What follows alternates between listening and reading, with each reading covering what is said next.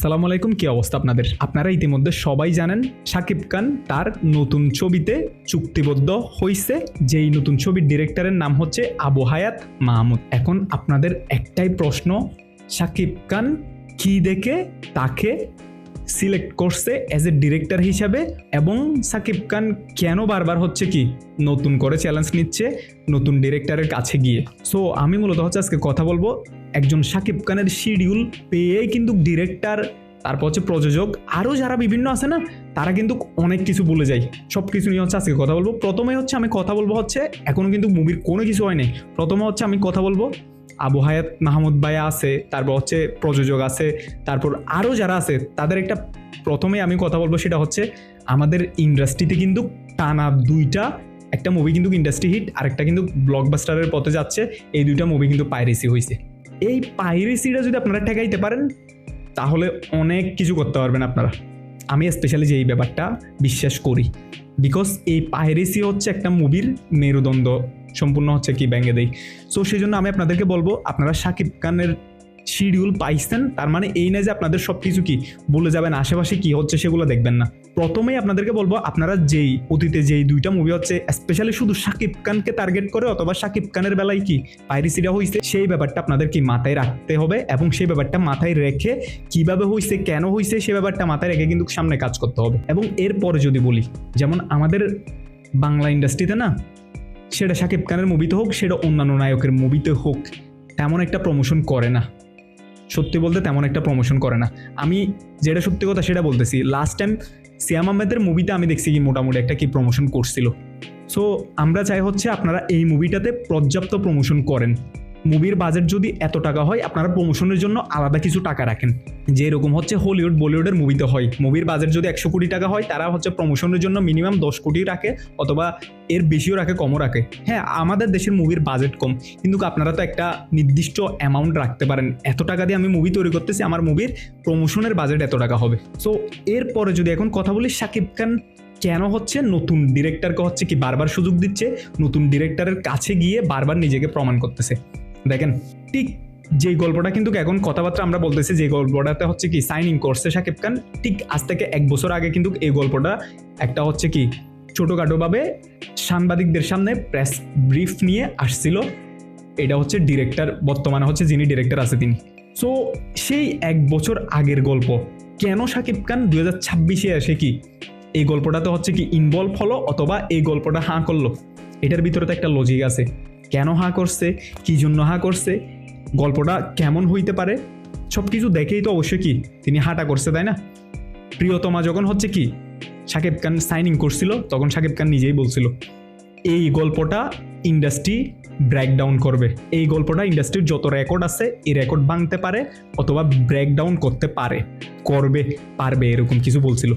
So ঠিক same আমি বলবো, এই যে শাকিব খান আবু হায়াত মাহমুদের মতো একজন নতুন ডিরেক্টরকে হচ্ছে কি সুযোগ দিছে।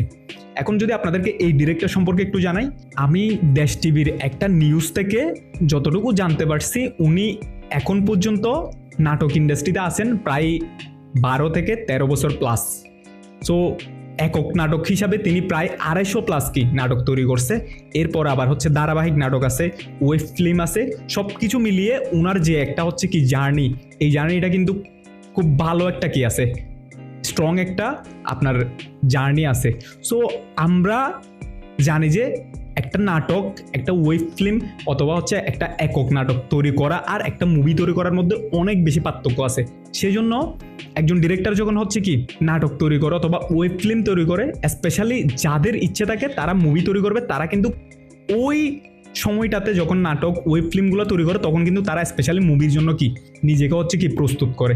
যেমনটা আমরা হচ্ছে রিসেন্টলি অনেক ডিরেক্টরকে দেখতেছি, তারা হচ্ছে নিজেকে হচ্ছে মুভির জন্য তৈরি করতেছে, তাদের হচ্ছে যেই ওয়েব ফিল্মটা তৈরি করতেছে, যে হচ্ছে আপনার হচ্ছে একক নাটকগুলা, সেগুলো হচ্ছে সেভাবে তৈরি করতেছে, যেমনটা আপনারা হচ্ছে মেহেদী হাসান হৃদয়কে দেখছেন। সো সেই জন্য আবু হায়াত মাহমুদ ভাইয়ের উপর আমরা হচ্ছে কি ভরসা রাখতেই পারি। ভরসা রাখার মূল কারণ হচ্ছে সেই আগের একটা গল্পটা কেন হচ্ছে 2026-এ এসে হচ্ছে কি শাকিব খান কি করলো। সো এখানে তো কোনো একটা কি আছে, কিন্তু আছে, অথবা গল্পটার মধ্যে স্ট্রং কোনো কিছু আছে। স্পেশালি আমি বলবো যে এই যে বর্তমানে হচ্ছে আবু হায়াত মাহমুদ ভাই আপনার হচ্ছে, আমি স্পেশালি অনেক কিছু দেখছি এই কয়েকদিনে, এই যে আপনার নামটা যখন আসছে আপনার হচ্ছে অনেক কি নাটক, অনেক হচ্ছে ভিজুয়াল, অনেক কিছু দেখছি। সব কিছু এই যে আপনি এতদিন যা তৈরি করছেন তার মধ্যে হচ্ছে সীমাবদ্ধ, তার জন্য একদম কি পারফেক্ট ছিল। কিন্তু আপনি যখন স্পেশালি মুভিতে আসবেন, মুভিতে মানুষ কোন শটটা, কোন হচ্ছে ভিজুয়ালটা, কোন ধরনের ভিজুয়াল মানুষের অ্যাট্রাকটিভ করবে, সব কিছু হচ্ছে দর্শকের চাওয়া থাকে। কোন বিজিএমটা ভালো লাগবে, কোন হচ্ছে গানটা, কোথায় কোন গানটা দিলে ভালো হবে। সো আই হোপ আপনি স্পেশালি আপনার টিম এই বিষয়গুলো নিয়ে কাজ করবে, সেটা হচ্ছে কি আমরা বিশ্বাস করি। এবং এভরি দর্শকের একটা চাওয়া, সেটা হচ্ছে আমাদের ইন্ডাস্ট্রিতে এখন হচ্ছে বর্তমানে যে পরিস্থিতি, এই পরিস্থিতির মধ্যে কিন্তু প্রমোশন খুবই খুবই কম হয়। আরেকটা হচ্ছে পাইরেসি, এই পাইরেসি এবং প্রমোশন এর পরে গিয়ে হচ্ছে আপনারা, আমাদের অতীতে হচ্ছে বরবাদ আসছে, তারপর হচ্ছে তাণ্ডব আসছে। এই মুভি থেকে যদি আপনারা কি ভালো কিছু করতে পারেন, ভালো কিছু করেন, তাহলে দর্শক অবশ্যই কি, দর্শক অবশ্যই এপ্রিসিয়েট করবে এবং দর্শক অবশ্যই এই বিষয়টাকে গ্রহণ করবে, যেমনটা হচ্ছে মেহেদী হাসান হৃদয়কে করছিল। সো আমরা জানি এক একজন মানুষের ট্যালেন্ট হচ্ছে এক এক ধরনের হয়। সো আমরা আশা রাখতেই পারি, ভরসা রাখতে পারি ভালো কিছু হবে সেটা। তবে স্পেশালি যেই কয়েকটা কথাবার্তা বলছি, এই কয়েকটা কথার কিন্তু খুব গুরুত্বের সাথে আপনাদেরকে কি দেখতে হবে। বিকজ অতীতে 100 কোটির ক্লাবে যাইতে না পারা বরবাদ মুভি, এবং 50 কোটি হোক আরও যেই কোটি যাইতে পারতো, যাইতে পারে না হচ্ছে তাণ্ডব, বিকজ পাইরেসির কারণে। সো সেই জন্য আপনাদেরকে এই বিষয়গুলো থেকে স্পেশালি কি সাবধান হইতে হবে। শাকিব খানের শিডিউল পাইছেন, তার মানে এই না যে আপনারা সব কিছু কি জয় করে ফেলছেন।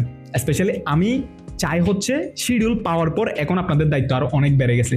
কেমন বেড়ে গেছে? আপনাদের এখন অতীতে যা কিছু ঘটছে, অতীতে যা কিছু হয়েছে, সেন্সর বোর্ডের বাধা থেকে শুরু করে, পাইরেসি থেকে শুরু করে, প্রমোশন আরও যা যা আছে, সব কিছু আপনাদেরকে নতুনভাবে ক্রিয়েট করতে হবে এবং ওই ধরনের প্রবলেম যাতে না হয়, এগুলো আপনাদেরকে এখন দেখতে হবে। সো নতুন হিসাবে আপনাদের উপর অনেক অনেক দায়িত্ব। আমরা চাই হচ্ছে সব কিছু মেনটেন করে আপনারা হচ্ছে রোজার ঈদে মানুষকে খুব ভালো একটা মুভি কি উপহার দেন, এটাই হচ্ছে চাওয়া। এবং স্পেশালি শুভকামনা রইল হোল টিমের জন্য, যদিও বা এখনো নামটা সিলেক্ট হয় নাই। আপনারা এতদিন পর্যন্ত যা শুনতেছেন, যা জানতেছেন, এখানে হচ্ছে এখনো পর্যন্ত হচ্ছে মূল নাম সিলেক্ট হয় নাই। খুব শীঘ্রই হচ্ছে মূল নাম জানতে পারবেন। শুটিং কখন শুরু হচ্ছে এবং পোস্ট প্রোডাকশন কখন, সব কিছু হচ্ছে আপনারা কি জানতে পারবেন খুব শীঘ্রই। এই যে আমি কথাগুলো বলছি, এই কথাগুলোর মধ্যে যদি আপনাদের স্পেশালি কোনো কি মতামত থাকে, অবশ্যই জানিয়ে দেবেন কমেন্ট বক্সে। আর আমার ইউটিউব চ্যানেলে যদি নতুন হয়ে থাকেন, অবশ্যই কি সাবস্ক্রাইব করবেন।